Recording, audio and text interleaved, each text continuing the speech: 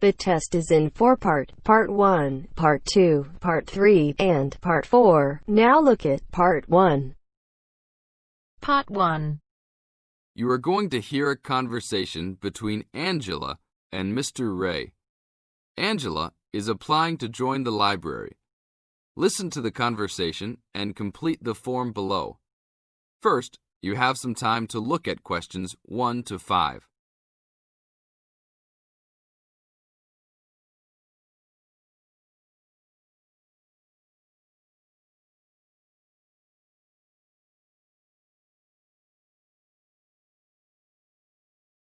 Now we shall begin.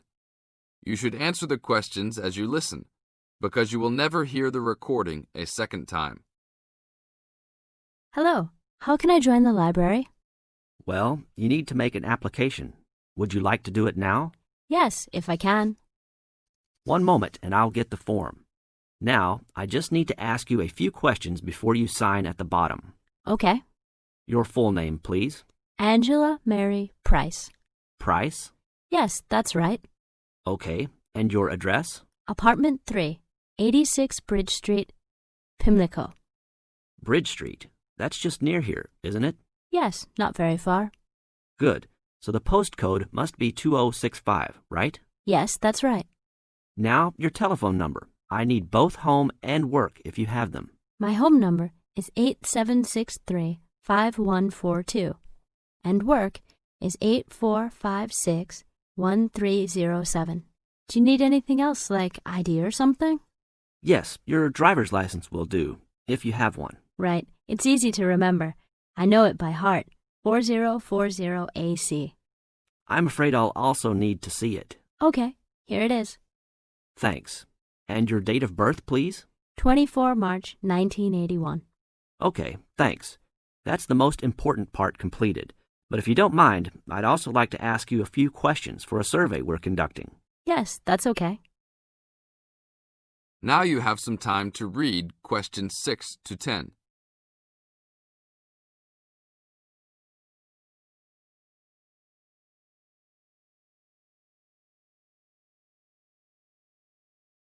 As the conversation continues, answer questions 6 to 10. What kind of books do you like to read? Here's a list to look at. Oh, it varies from time to time, but I always like to relax and learn about other countries I might visit one day. I don't like anything too heavy or serious, unless it's about animals or the environment. I'm not really into sport very much. Anything else? Well, I do like entertaining at home. You know, dinner parties. So I suppose you'll have something for me in that line. The pictures in those books always make me hungry, although they never seem to turn out exactly as they look in the books. Fine. I think that's all I need now, except I need you to sign here on the application form. Oh, and I almost forgot.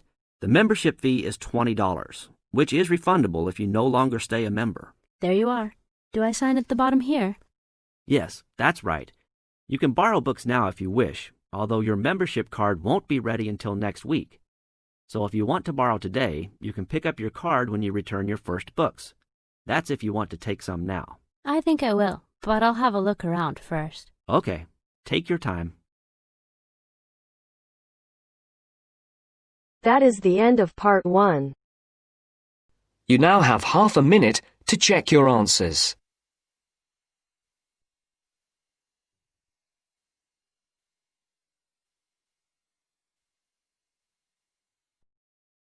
Now turns to Part 2. Part 2. You are going to listen to a radio program on sleep deprivation. First, you have some time to look at questions 11 to 15.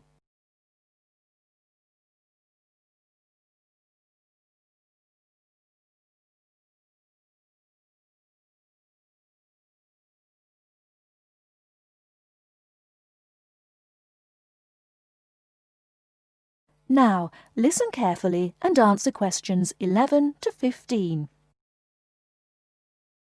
With us in the studio today are Dr. Peter Collins, a senior lecturer in the Department of Psychology at the University of Chicago, and Helen Gardner, the author of the book Deep Sleep. They've come to our studio to discuss the effects of sleep deprivation and also give some tips to the sleep deprived on how to deal with the problem. Welcome to the studio, Helen and Peter. Now, Peter, what are the reasons for sleep deprivation and how can it affect our lives? Well, the research into sleep deprivation started in the late 50s and has been going on ever since. Many researchers link sleep deprivation with electricity, television and computers, which have enabled humans to work 24/7. Before electricity was invented, people's body clocks were synchronized with the sun's schedule, and the average time they spent sleeping was 8 to 9 hours a night.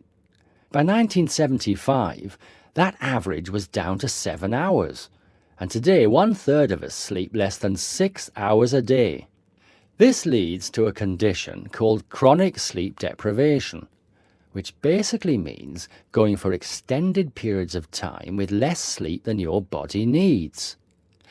Chronic sleep deprivation can cause a variety of physical and psychological problems. At its most basic level, loss of sleep can make us more irritable and less efficient, and can affect long-term memory and concentration, which can result in more accidents. According to the latest research into sleep deprivation is the main reason for 3% of plane crashes, 10% of domestic accidents, 20% of accidents at work, and 45% of all traffic accidents. Research into the physical effects of chronic sleep deprivation suggests more serious and significant long-term complications. Research from my university, the University of Chicago, has shown that sleep deprivation interferes with how the human body regulates insulin and sugar metabolism, which can increase the risk of diabetes. People who are sleep deprived have weakened immune systems and are more prone to viruses and other kinds of infections. People who don't get enough sleep have cognitive problems or difficulties processing and assimilating new information. Lack of sleep affects long-term memory and slows down such abilities as judgment and reaction times. Some researchers link sleep deprivation with obesity, indicating that sleep disorders and eating disorders are often linked. Before you hear the rest of the talk, you have some time to look at questions 16 to 20.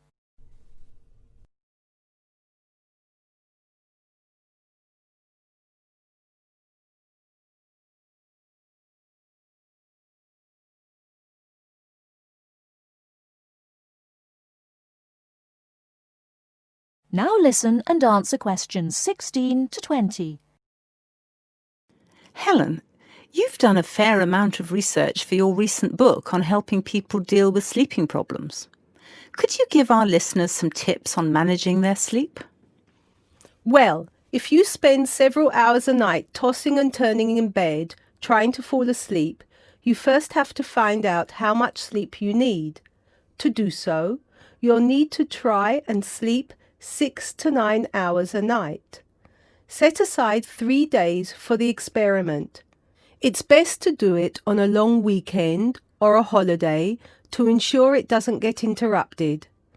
During the experiment, you should go to bed at the same time every night and give yourself 6, 7, 8 or 9 hours of sleep. Then monitor the way you feel throughout the day to find out how many hours of sleep you need in order to feel your best. Once you find out how much sleep you need, you can work on improving the quality of your sleep. The main secret here is to allow yourself 1 or 2 hours to relax before going to bed. You may want to try and have a warm shower or bath before going to bed. Doing some quiet activities such as reading or filing can help some people relax. A warm drink in bed helps to induce sleepiness. Some people take up yoga or meditation to help them relax at night. Different techniques will work for different people, so it's best to experiment and find the one that suits you best. You should definitely avoid using technology before going to bed.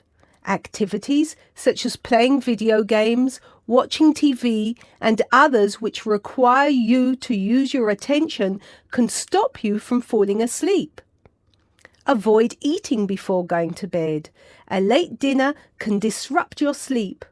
Not only is going to bed with a heavy stomach bad for digestion and can make you overweight, but it can also keep you awake for hours. Caffeine-rich drinks can increase your heart rate, which can stop you from falling asleep. Energy drinks also have the same effect on your body. You should avoid drinking these at night. The same goes for vigorous physical exercise, such as weightlifting or working out on a treadmill. In many cases, you can reset your body clock and make it tick for you by changing your lifestyle. If your sleep deprivation is severe, it's always best to seek professional advice and get an appointment with your doctor, who might prescribe you sleeping pills. Thank you, Helen. We'll be back after the break and we'll be answering questions we've received from our listeners.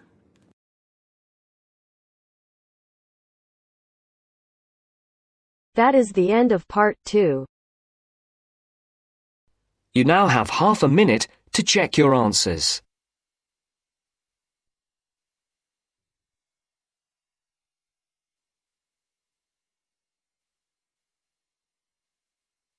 Now turns to part 3.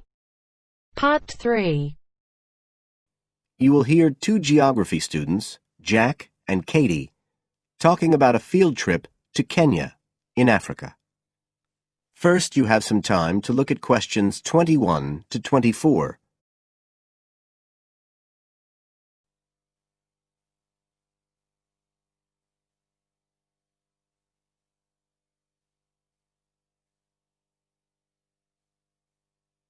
Now listen carefully and answer questions 21 to 24. Katie, hi. Thanks for inviting me round. Oh, thanks for coming. I know you're up to your neck in finals revision, but I've got to make up my mind about next year's geography field trip, and I'd really like your advice. We've got to choose between an African trip and one in Europe.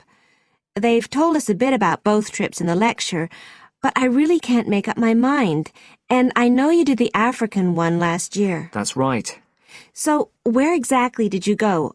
I mean, I know it was in Kenya, in East Africa. Yes. Well, we were right up in the northwest of the country. It was beautiful. We stayed in a place called the Marich Pass Field Studies Centre. Right. Dr. Rose said the accommodation was traditional African-style cottages. He had a special name for them. Bandas. Yes, they're fine. You have to share 2 or 3 people together. They're pretty basic, but you have a mosquito net. They don't provide spray, though, so remember to take plenty with you. You'll need it. And there's no electricity in the field centre. You'll have hurricane lamps instead. They give a good light. It's no problem. What about places to study? Dr. Rose said there was a library? Yes, but it's quite small. There's a lecture room as well, but most of us worked out in the open air. There are plenty of places outside, and it's so beautiful. You're right in the middle of the forest clearing. I gather it's a relatively unmodernized area. Definitely. They actually set up the centre there because it's on the boundaries of 2 distinct ecological zones. The mountains, where the people are mainly agriculturalists, and the semi-arid plains lower down, where they're semi-nomadic pastoralists. Before you hear the rest of the conversation, you have some time to look at questions 25 to 30.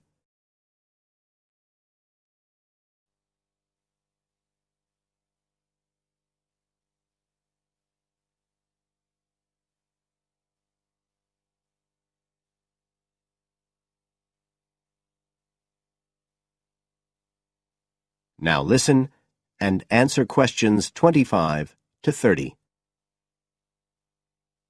So, how much chance did you get to meet the local people there? Did you get the chance to do interviews? Yes, though we had to use local interpreters, but that was okay.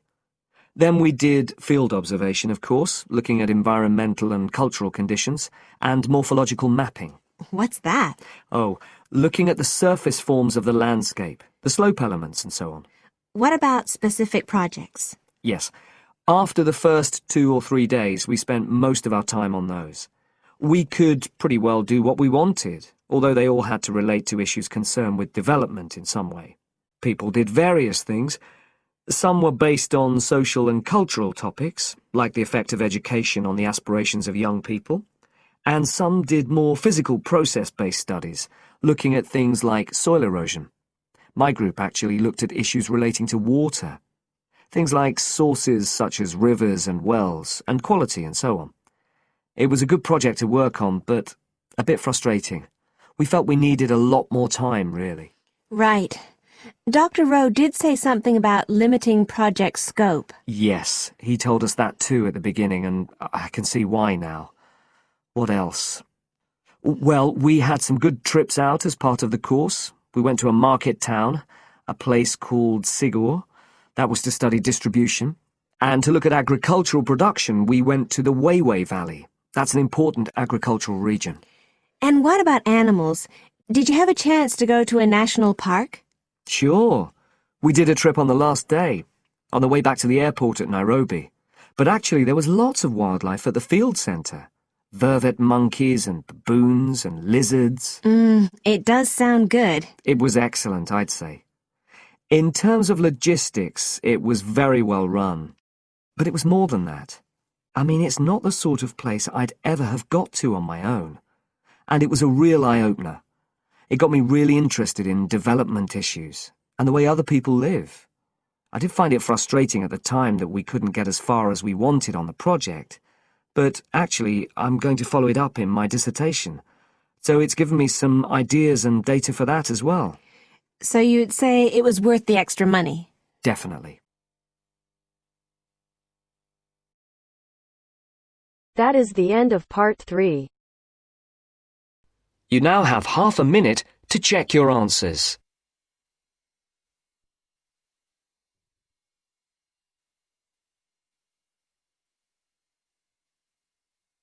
Now turns to part 4. Part 4. You will hear a lecturer talking about food preservation. First, you have some time to look at questions 31 to 37.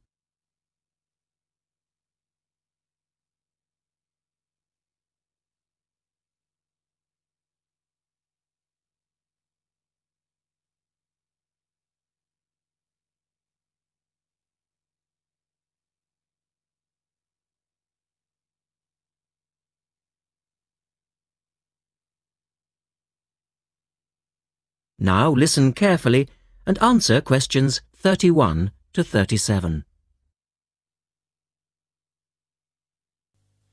In today's lecture, I'd like to look at the topic of food preservation and start by asking the obvious question, why do we need to preserve food?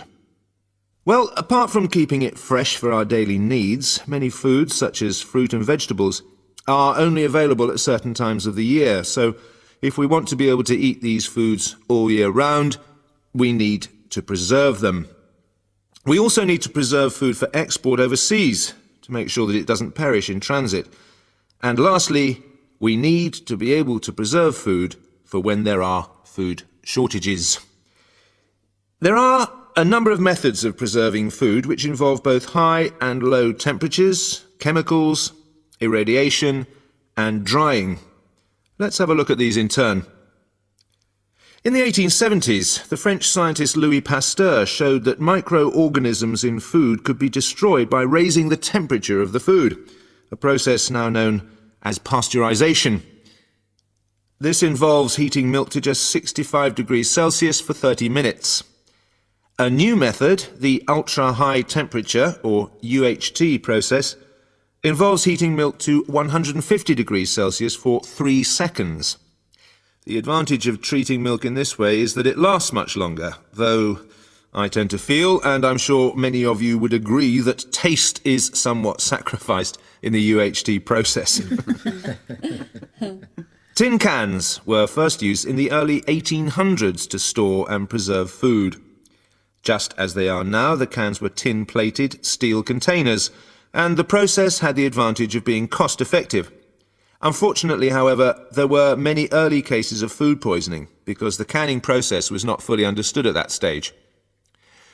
We now know the exact temperature and length of time each food needs for proper preservation, which has greatly reduced the risk of food poisoning.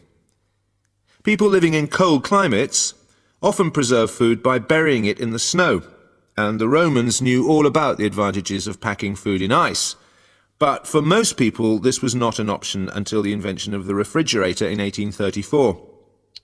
Today, however, refrigeration is the most important means of preserving food, because the food stays fresh without needing to be treated. However, refrigeration requires an electricity supply, and unfortunately, if the power goes off, so does the food. A variety of chemicals can be added to food, and you'll find their names listed on the labels of cans and bottles. Salt is probably the oldest of all the chemical preservatives, and was used by many ancient civilizations for many years. Sugar also acts as a preservative and is used to preserve jams in much the same way that vinegar is used to pickle foods. Chemical preservatives are effective, but they do not suit all foods, and the processes involved are time-consuming.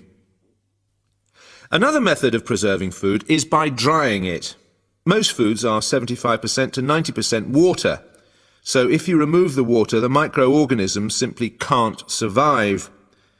When food is dried, it not only lasts a long time, but it also becomes much lighter, which is a big advantage, as this makes it cheap to store.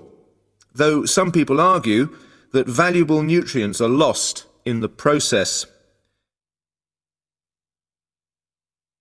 In the second part, the speaker describes the process of drying food. Look at questions 38 to 40.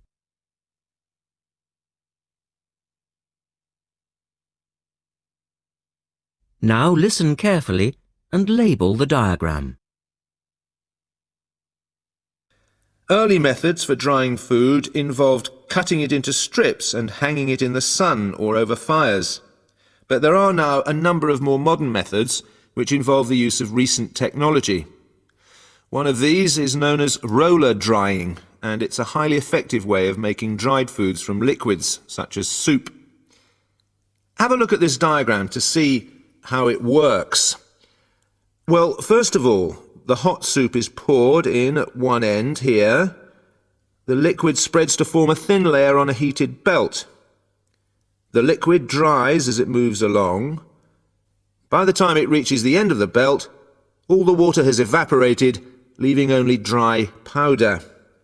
A blade then scrapes the dried material off the roller and captures it in powder form.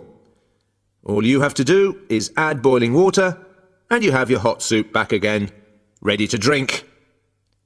Another method is called freeze drying, and for those of you who still remember... That is the end of part 4. You now have half a minute to check your answers.